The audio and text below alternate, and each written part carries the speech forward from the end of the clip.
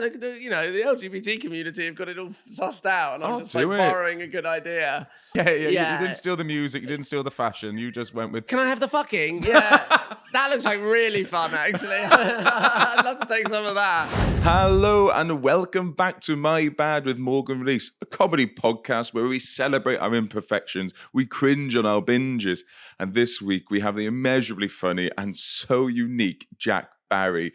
Jack Barry is a comedian and writer. We both did tour support for Rees on his last tour, and he's so funny. He's here to promote his upcoming Edinburgh show, and also he's got a YouTube special out, which is genuinely really funny. It's like a best of, and you can tell because it's so back-to-back funny. But anyway, I'm chewing your ear off. If you have been enjoying this podcast, do please like and subscribe and really like it. It could so do with some more likes just to help it bump it up the algorithm. You know, it's a new podcast. Anyway, I'm chewing your ear off. Let's get right back in there with Jack Barry. Oh, we just do soft intros into this. Oh, sweet. That was it. We're in. Okay. I get so even though we both do this job, it feels weird to go, hey, I'm just going to introduce us, even though I've been talking. Hello, welcome to. Yeah, I get that. Straight down the camera. I'm here with Jack Barry. Yeah, no, my specials, Don't Happy Be Worry, and it's on YouTube, and please watch it. Yeah, and then I'm going up to Edinburgh Fringe to do a new show called Let's Get Barried. I watched the YouTube special. Let's start with that. It's so funny. Oh, thanks, mate. Thank you. I appreciate that. It was like, it's just a sort of best of from like years of shows basically, and I was just like, I'll stick it. And I had a couple of new bits that I stuck in there, and I'd never filmed anything before, but I was really glad with how it turned out. Andrew Nolan, who's another comedian, filmed it and directed it. He's very talented. Oh yeah, he smashed it. There. Yeah. He lives around the corner. But no, it was bit about. And I'm not just gonna make you redo jokes. How awful would that be? But a bit about telling a comedian you like their jokes is the nicest thing that you can do, I think. But where you were talking about like having your children's names and to you have to like marry someone from that area to unlock those lists of names. Yeah. Exactly. It was so funny. Yeah, I like Japanese names, but I don't have a Japanese wife, so you can't do it. But I can't. Takeshi Barry, it will elude me forever. Yeah, my son. And also with the guys who are learning Spanish, like literally got a Spanish book resting on my microphone at the moment. I mean, my new show's got a lot of stuff about learning Spanish as well, because it's like that's sort of what I'm doing at the moment. I keep popping over to Argentina, and as you do. So exactly. It's such a 2025 thing to be able to do. I know, except it's not. It's so far away. It takes fucking ages. Yeah. But my in-laws are all out there, so I went over there. Did my first gig in Spanish in Argentina recently, which was terrifying but really fun. What are the audiences like? They were so nice. The one that I went to, I mean, I've only been to one gig there, but they were like incredibly, like the stereotype of like American audiences. Do you know what I mean? Like, I can't really wait. like just lots of applause, but not for like everything. It was like a new material night. I know this comedian who lives in BA, Felix, and Felix Bonaventura, shout, and I texted him. And I was like, oh, you got any gigs coming up? And he's like, we got this new material night, come on down. And I didn't realise that the other comedians on the bill are all massive names in Argentina. Like, I followed them all on social media afterwards, and they all had like 1 million followers. Like, one of them had 1 million followers, and I was like, oh, shit. And I sort of hadn't realised. And so they were all trying out new stuff. And it was like a good, like, new material audience, do you know what I mean? Like, they were, like, not laughing at stuff that didn't work, but, like, really going for it on stuff that did. And they were just incredibly, like, warm and supportive for me. Because I had always thought, like, English guy coming over to Argentina, they're going to be hostile. Yeah, what are these fucking, coming over here? Yeah, well, exactly. Everywhere you go in Argentina, you know, like, every bus, every like coin, everything is about the Falklands or the Malvinas. And it's like literally it's like a huge part of the national identity is like the English have still got our islands. And so you go over there and you're like, yeah, I feel like they call us pirates, which is kind of and so it's like, oh, you're a pirate. And I sort of referenced that at the beginning of the set. I was like, yeah, I'm a pirate. Like, oh, yeah. And then they were like, oh, okay, he's fine, I think. And then it was like they were just incredibly supportive and nice. It was really good. Oh, yeah. Because we are so not here.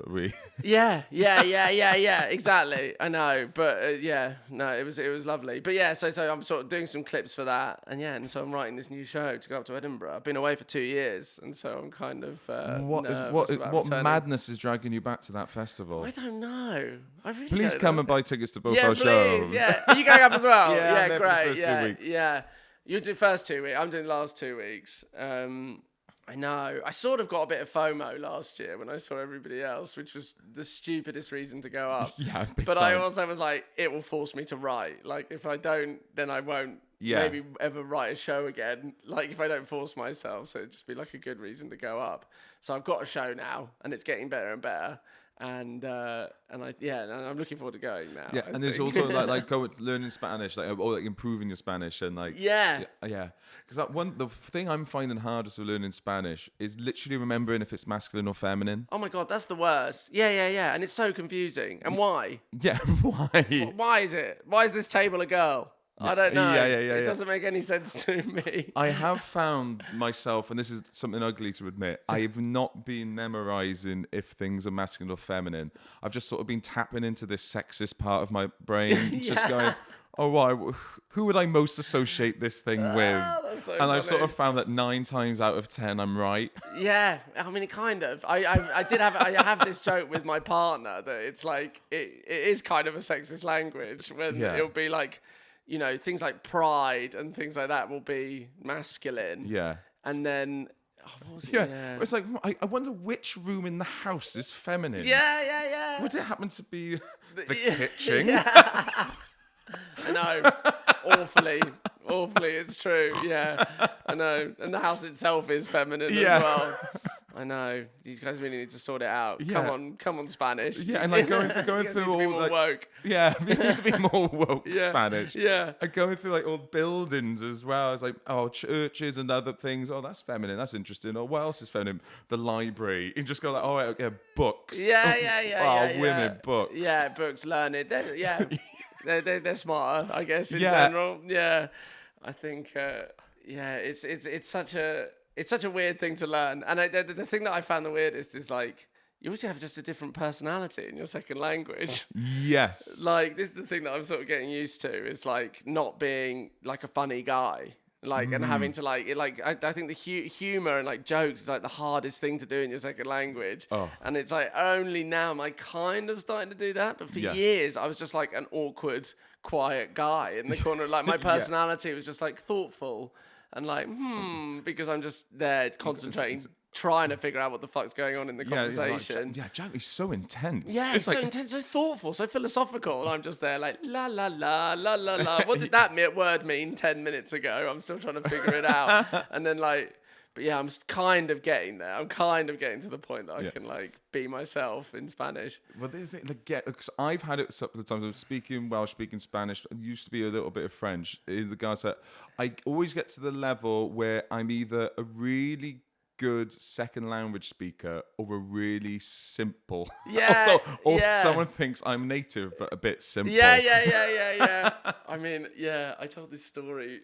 I mean, it features a bad word, but like we can bleep it.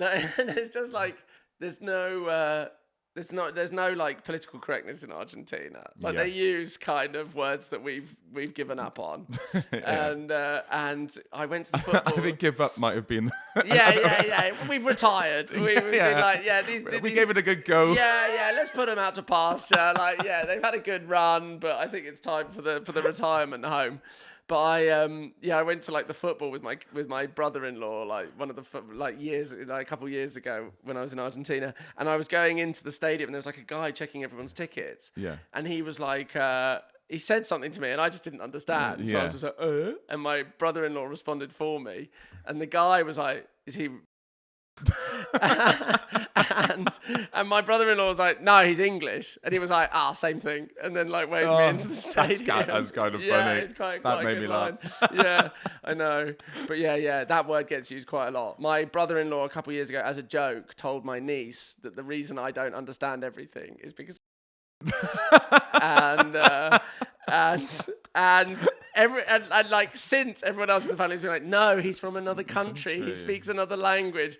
But every now and then I catch her kind of looking at me. If I like ask what a word means, I sort of catch her looking. She's only 4, but she's like looks at me like, bless.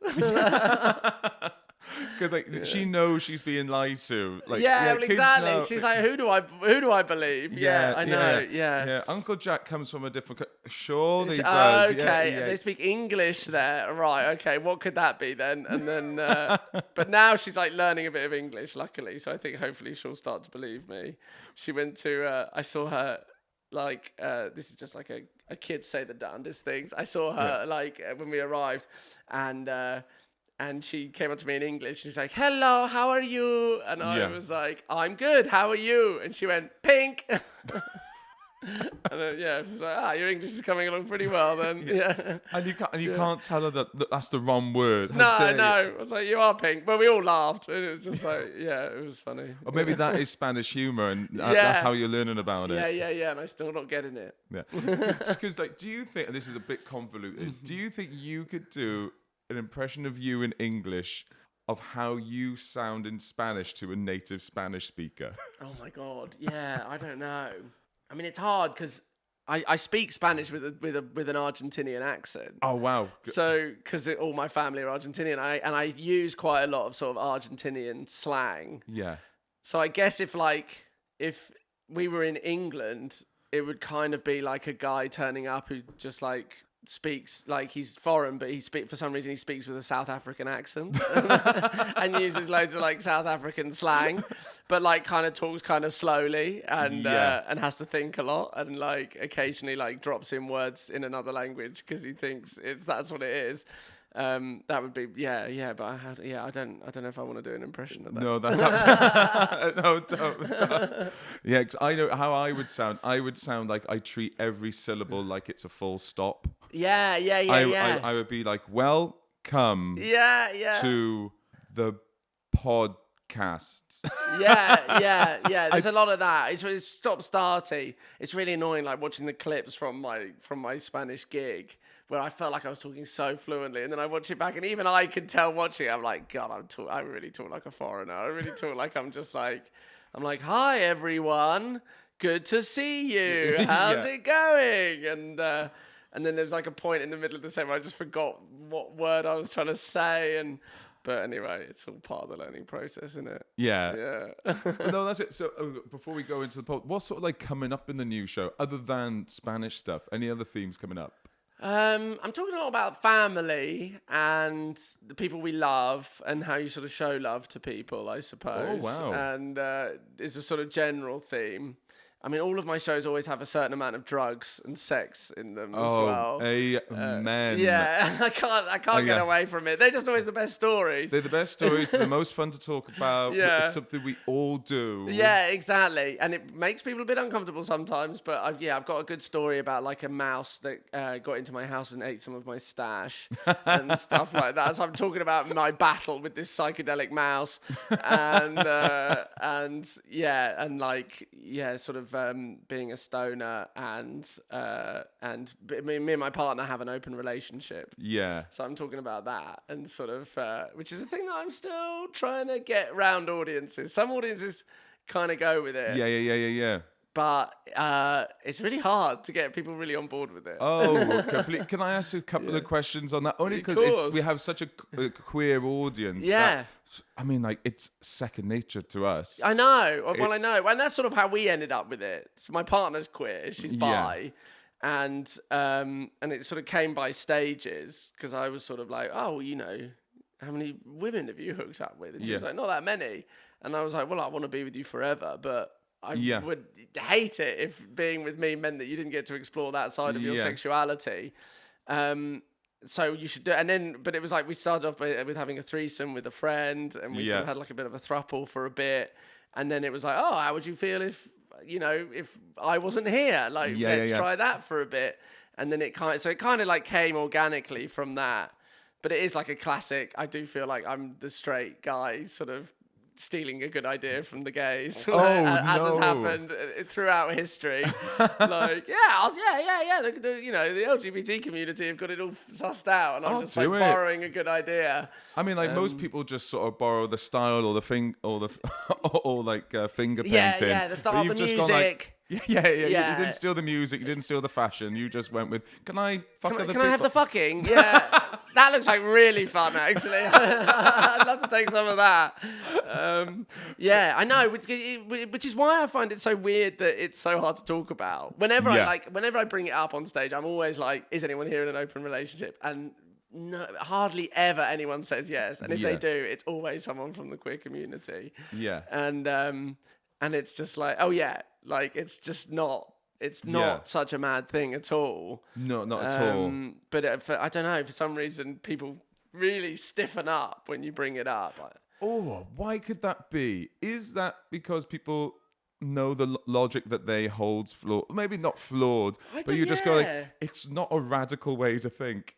No, I don't think so. I know. I sort of feel like it's a bit like being a vegan 10 years ago.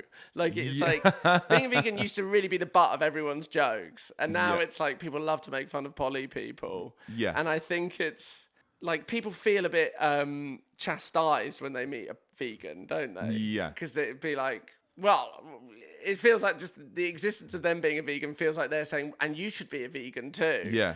And I think people like to think, well, of course, if it was easy to be poly, then we'd all just be fucking everyone and it'd be fine. But you can't do that because there's rules. And so then when they meet someone who's like, oh, it works for me, they're like, no, I don't want to hear it. I don't want to hear it. I don't want to think. I don't want to open that door in my brain. I've shut it for safety. Yeah. But I do think also, one time I mentioned on stage that I was poly, and this woman booed me in the audience. Oh, what? And I spoke to her after the gig, and she told me that her ex-boyfriend had cheated on her. And so she had basically been in a poly relationship, but hadn't known that she was in a poly relationship. And I was like, so I think for people who've been through that, it's quite triggering for some reason. And also that is, I don't think he was in a poly relationship. He was just cheating. Yeah, I know. But it's funny that we call like a poly relationship an ethical monogamy. Yes. And it's like, which implies the existence of non-ethical monogamy, which I guess is that. But it feels, it's cheating. It feels like a really roundabout way of just saying, that guy was a liar and a cheat. And so I don't know. It's sort of like the fucking itself isn't necessarily the crime. It's the lies and the deceit and so I don't know. I sort of feel a bit like cheating is like insider trading.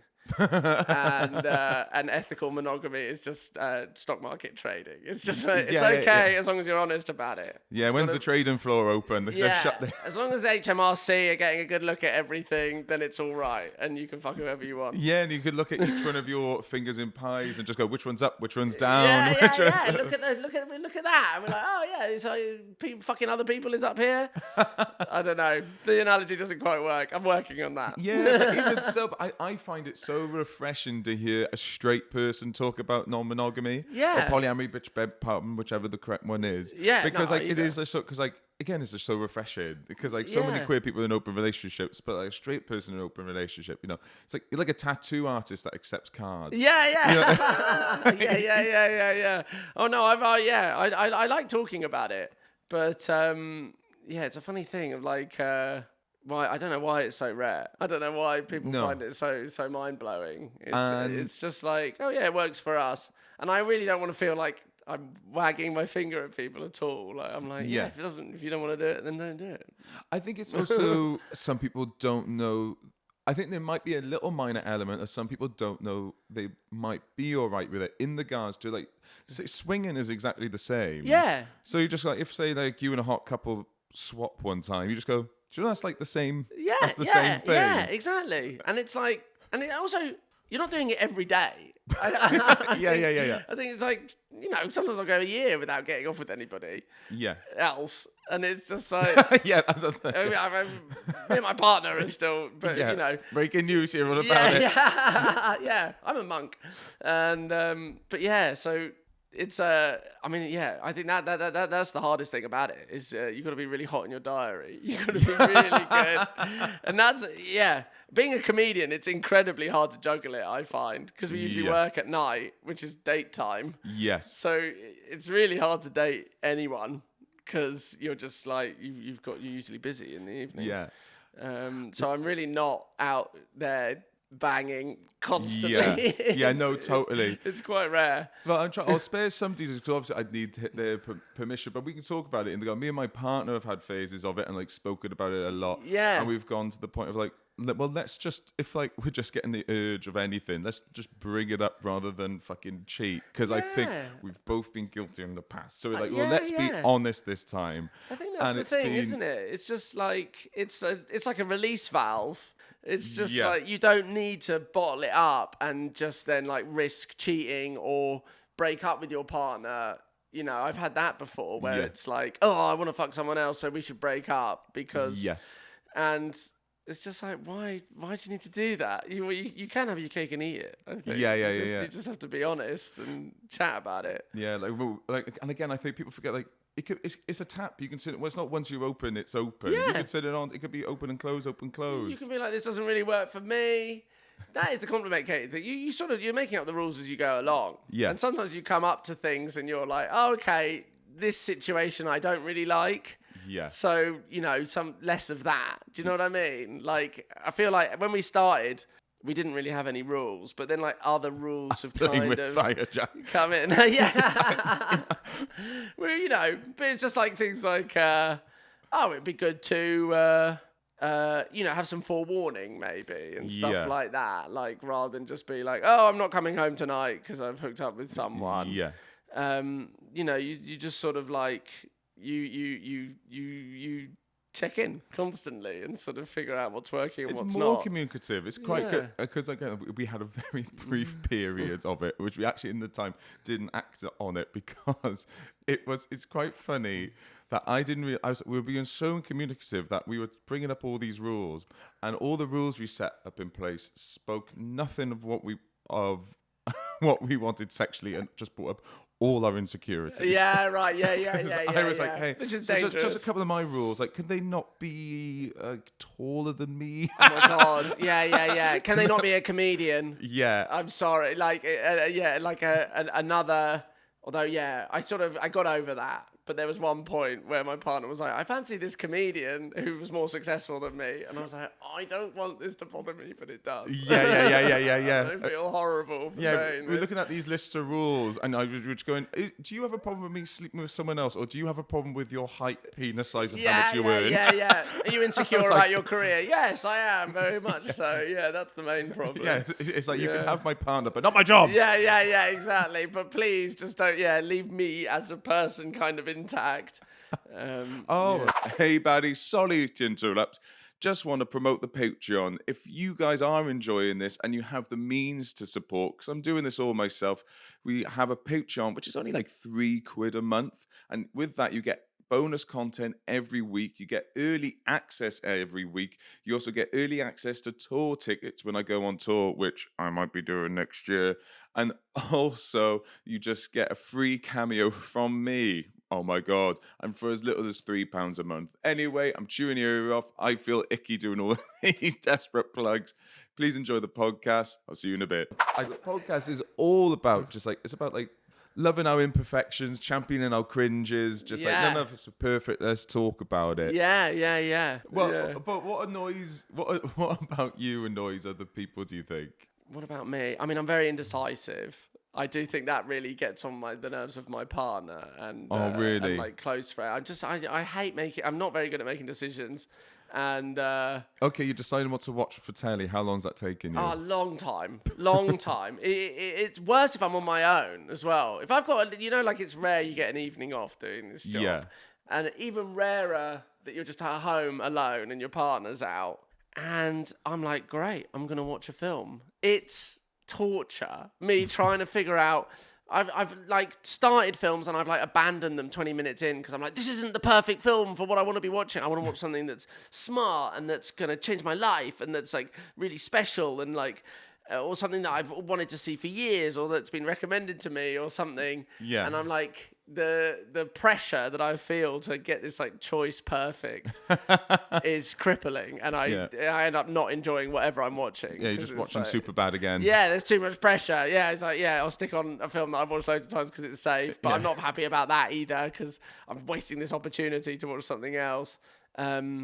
So I know that kind of drives my partner a bit mad, but I've kind of tried to turn it into a bit of a joke now, especially like when I'm getting dressed in the morning. I'll be like, what am I wearing today? And she's like, no, we're not doing this.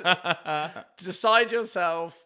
I've said it a lot that I kind of sometimes wish we lived in like a sort of Chairman Mao communist China where everyone just had the same jumpsuit, and it's just like you get up in the morning, you put on your jumpsuit, everything's fine.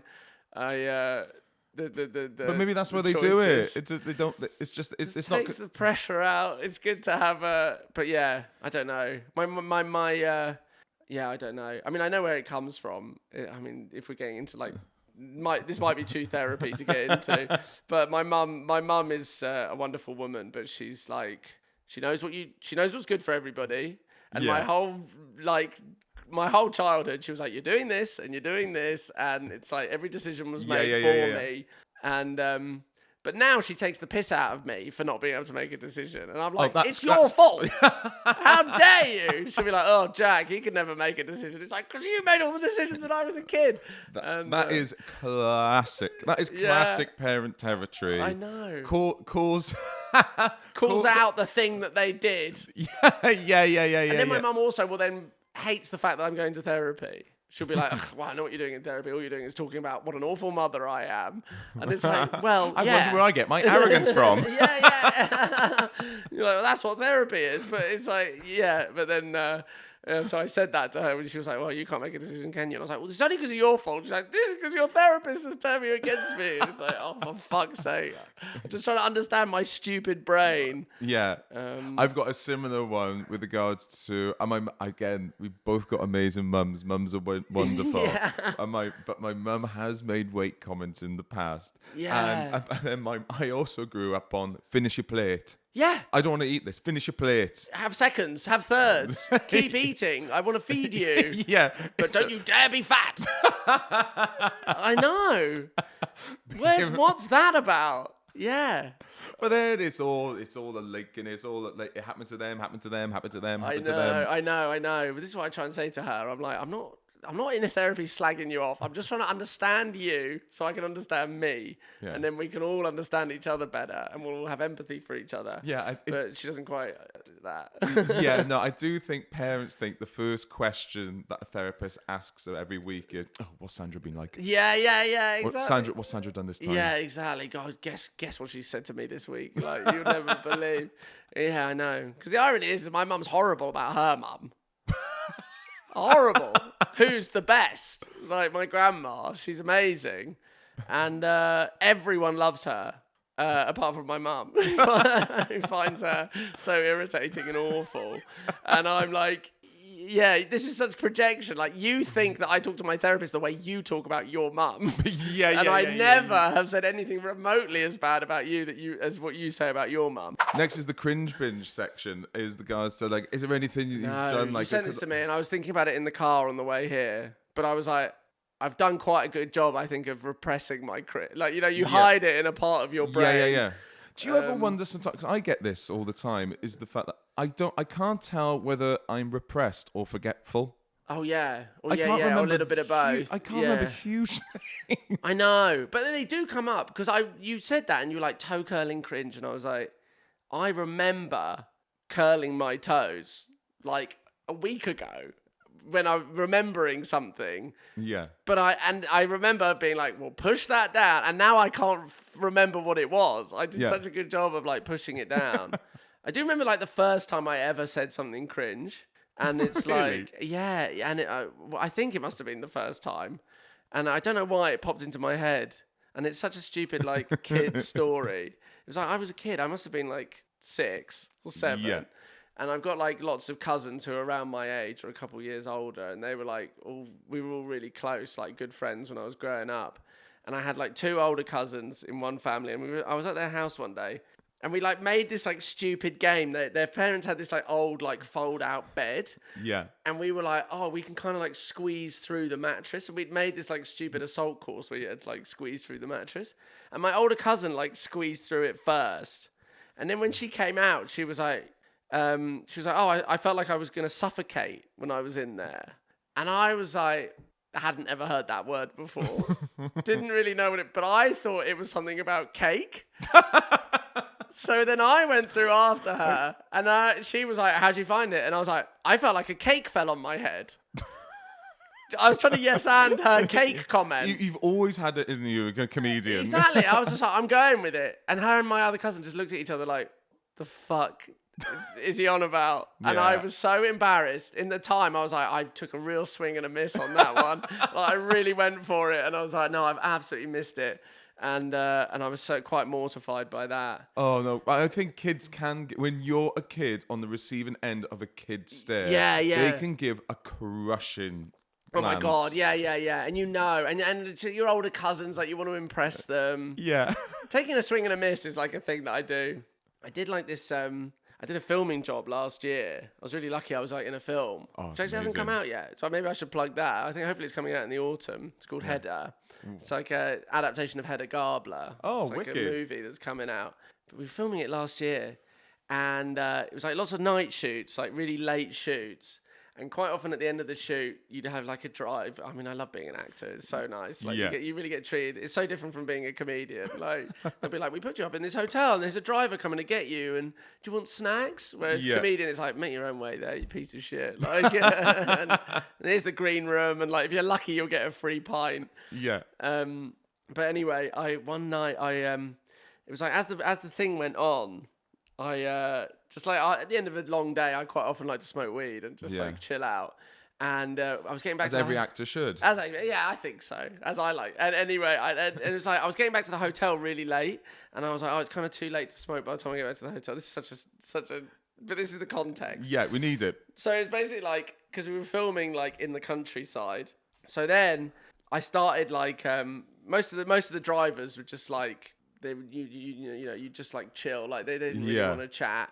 So I would just like, oh right, I could just if I just smoke outside my trailer at the end of a shoot, I can just get in the car, I just chill in the back, like kind of stoned, chill drive back. But then one day I like had like a bit of a smoke, and then I got in the back of this cab, of the car, and the driver was just really chatty, and he was just like chatting to me, and I was just really baked and really tired. And I was like trying to keep the conversation going. But then at one point, I just realized that I'd completely tuned out and he'd carried on talking. And he was kind of monologuing at me, so it was fine. So I was just like looking out the window. And then I realized that he'd gone silent because he'd asked me a question or he'd left a pause for me to say something. And I had no idea what he'd just been saying. Yeah. So what are your options at this moment? What are your options? So in my stone mind, I was like, just take a swing. Take a swing. Who knows? God forbid, tell the truth. Yeah. So I just went, cheeky bugger. I have no idea why that was what popped into my head. But I was just like, we've just got to take a swing on this. So I went, cheeky bugger. And he gave me a look in the mirror as if that was absolutely not the right thing to have said. Yeah. Like he looked at me like, what the fuck is wrong with you? Yeah, we're talking about the Ukraine-Russia war. Yeah, exactly. But then I started thinking like, what?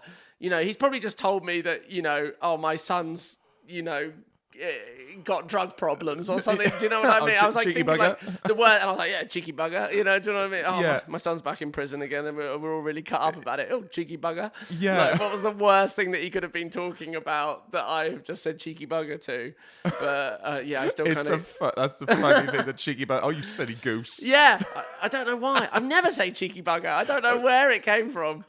You can cover a lot of bases, though, isn't it? That's the same as going, oh. Typical. I know. I think in my head I was like, yeah, exactly. Usually drivers are like whinging to you about other drivers or whinging to you about someone. Yeah. And it'd be like saying cheeky bugger might be like, it might be relevant. But from the look in his eyes, it was not relevant. Yeah. This has sparked a cringe one for me. Yeah, and great, I still remember this. It was I told the truth. It's the reverse. I told the truth, and then I went for a swing and a miss. Oh, wow. It was at school. We were in the like at school, for some reason, they make you sit on the floor. Yeah, For some reason, it's cross-legged. Yeah, cross-legged. It's only at like a certain age they think that you're like old enough for chairs, or like. You sort of get to year 6, and then you can sit on the chair and sort of lord it over the plebs with their cross legs. Yeah, but for some reason we're all just in trousers, sat on the floor. Yeah.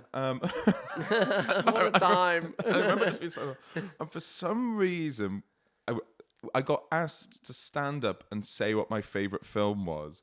And I had recently watched Love Actually and really liked it. I must have been about secondary school. I must have been 11. Yeah.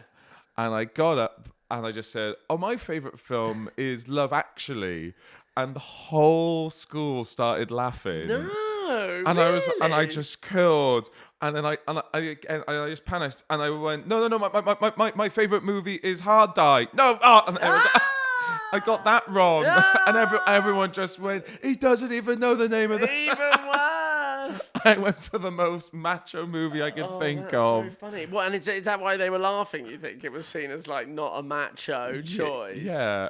And then I went for the most. Now people would be like, yeah, I hate that about kids. Especially it's like 90s kids. Do you know what I mean? It was it was such a horribly homophobic time, wasn't it? Yeah, it was. I just made me cringe. Oh, that's Can so I talk funny. about one acting thing and then? I did my first professional. It's the first one that I've got through an audition. Everything else I've got because I've been fortunately asked or something. Nice, yeah. And I'm wrapped up in NDAs and I can't talk about it. I'll tell you after.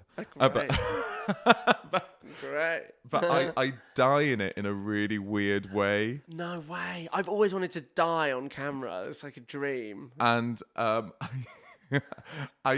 die in a really weird way. And so and I'm working with all these actors and obviously saying go do it, and I must have done the most GCSE drama acting because just me going and I could cut and I could see everyone's eyes going, "Is that how you're doing it?" That was not what we were hoping for. Yeah, because I went in for a different character. Yeah.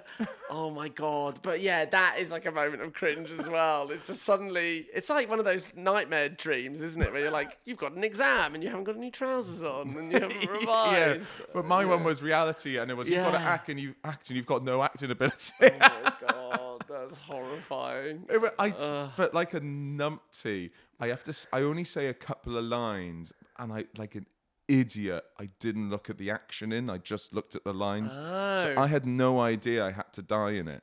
So I arrived on set and I was like, "Lovely stuff, 2 lines." And then they went, "Oh, obviously got to do the next scene." I went, "Huh?" And that's when I found out. And I was like, "Well, I can tap into angry. I can tap into sad. I can tap into complex." Yeah. I've never died. Death, yeah. Well, I'll just think back to the last time I did that, shall I? Oh my God, yeah. Go straight into my mad. What's pissing you off at the moment? Am I mad? I don't know. Yeah, I mean, one sort of pop culture thing that really annoys me always. Oh, give me some. Is hit me with some zeitgeist. Is the sort of like every single advert now has a sort of slowed down, breathy cover of like a popular song. Yeah. And it's always like the John Lewis effect, isn't it? The John Lewis effect, but it's been around for years, but I feel like it's been getting more and more. And now it's in like movie trailers. Even they'll have like it'll be like the Beatles, but it will be like a sort of rousing orchestral cover of it. Yeah. And I don't know why I find it so annoying. And the John Lewis one is like the classic. The sort of what was the last one? It was like there was like a guy learning how to skate, and it was like a cover of Blink-182. Yeah. Like, all the small things. And I find them so annoying. I don't know why. It's obviously someone's figured out that people want to feel the warm fuzziness of like a slow piano cover. Yeah. But they want the familiarity of lyrics that they recognize. Yeah. and so they're just running with that, and I don't know why I find it so annoying. Well, no, it's that perfect storm of minimalism and nostalgia, isn't it? Yeah, exactly. I tell you what annoys me with stuff like that. Maybe not annoys me, but like, oh God, I wish you could see yourself. Is people that say like, oh, when it's sun like this, it means something completely different. Oh my God, yeah. Or anything that people say when they're like, when I heard this song, it changed my life. And I'm like, what was your life before? This song has changed. I guess, but yeah, I think really it makes me feel dead inside. I think is the thing. Do you know what I mean? Yeah, if people say that and they're like, oh, I didn't know who I was until I heard this piece of music. Yeah, and I'm always like, am I just dead? Is everyone else living like a? Maybe it's how people feel when I tell them that I'm polyamorous. It's like I'm feeling threatened by their sort of openness and sort of like connectedness to the world. I have never resonated with anything more. This song changed my life. It's like, what do you mean that you were walking around aimlessly until you heard "Shake It Off"? Yeah, what do you mean? Like you gotta take a long hard look at yourself. Like your life shouldn't be that easily affected. So now, My Bad. Like I said, the whole show is called My Bad because of all the perfect rough edges. Any minor indiscretions you want to get off your chest? Anything you've done wrong? What have I done wrong recently? I did. I mean, this might be terrible. I'm still kind of defending it, but it was. I love a debatable wrong. All my friends are having kids, and so I'm spending a lot of time hanging out with like little kids at the moment, and they're like 3, like toddlers. Yeah. Sort of starting to become people, but a lot of the time you're just like playing like dumb games with them. And one of my friend's kids is obsessed with dinosaurs, and just wants to play dinosaurs the whole time. And every time you see him, he's like, "Let's play dinosaurs," and you sit for hours, and all he's doing is like bashing the dinosaurs against it. And he's like, you get your dinosaur and I got my dinosaur. And it's like, yeah, the dinosaurs are killing each other. And it's always like, the dinosaurs are fighting. Oh, fuck you, I killed your dinosaur. Oh, your dinosaur's dead. And I was just like, God, this... I think I was a bit hungover, and I was just a bit fed up with the dinosaurs killing each other over and over again. I was like... And I was like, do the dinosaurs always have to kill each other?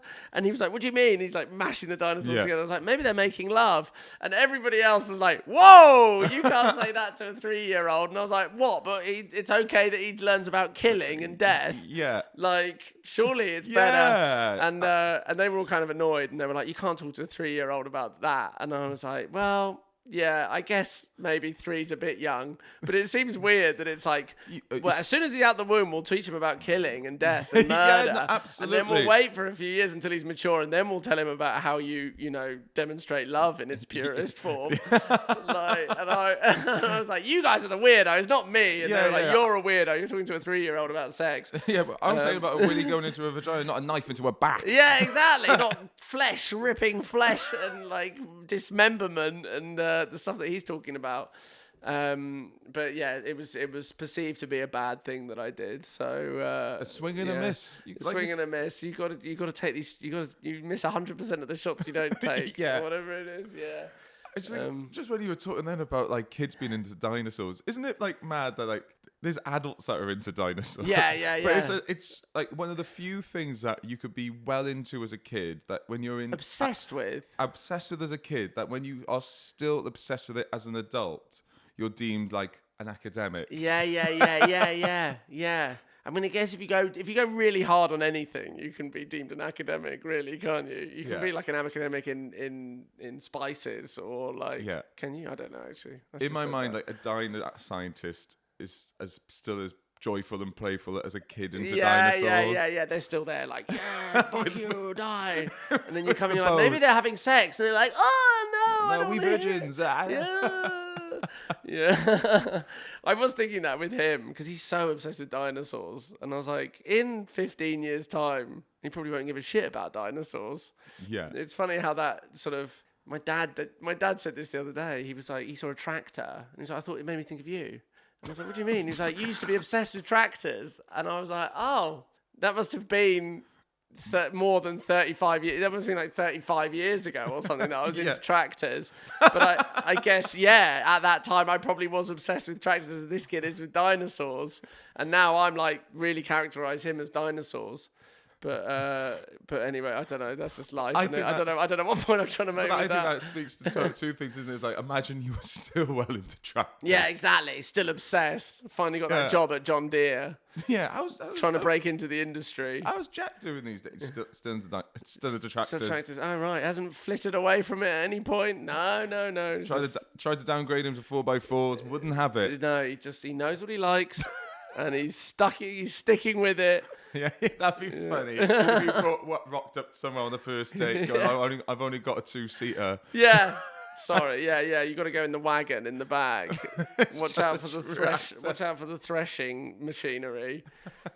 Yeah. But also the guys, I think that also speaks to just like when some parents tap out of learning what you like. Oh yeah, I know. Yeah. Like, do you think your dad can tell you what you're into now? Yeah.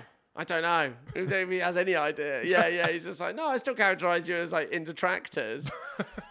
That used to make me really sad when you like everyone sort of has like a different snapshot of you, don't they?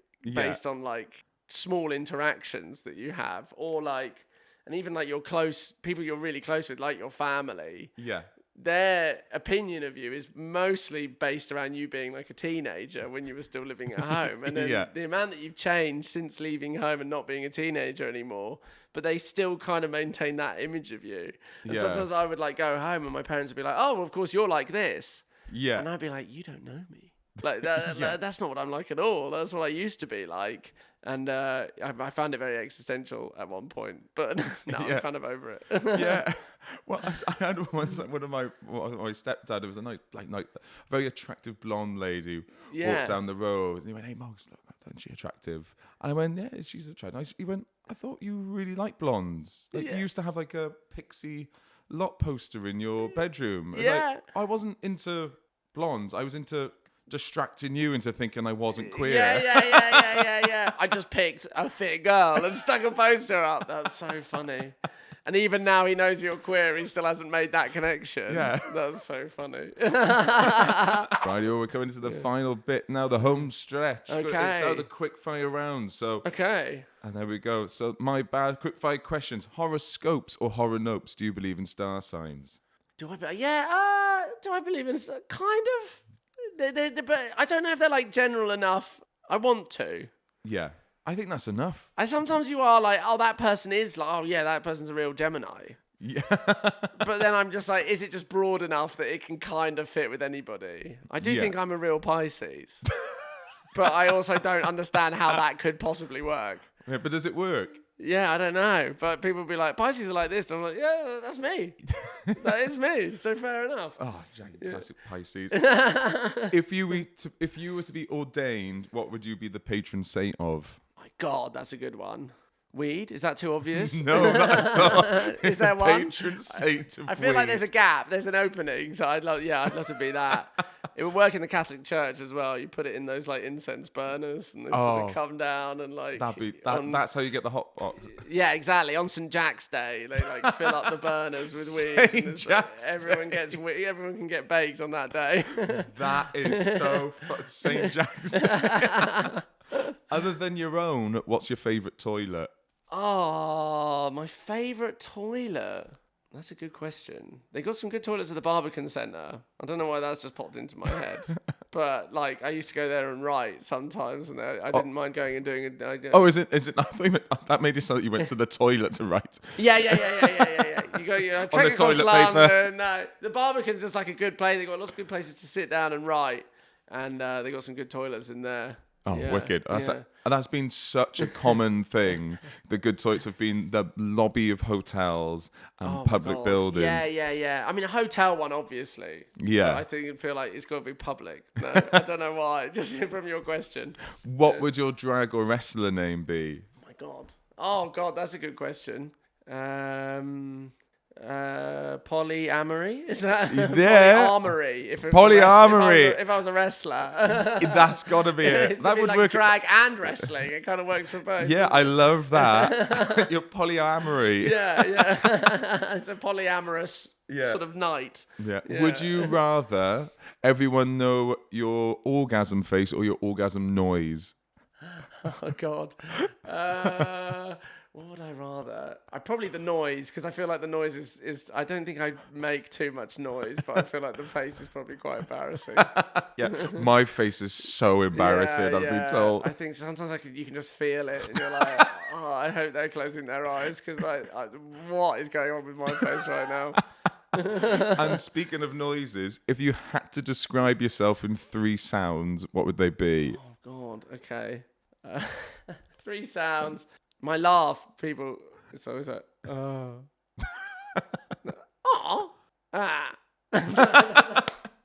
Love it. I don't know about the third one. That's all right. But yeah.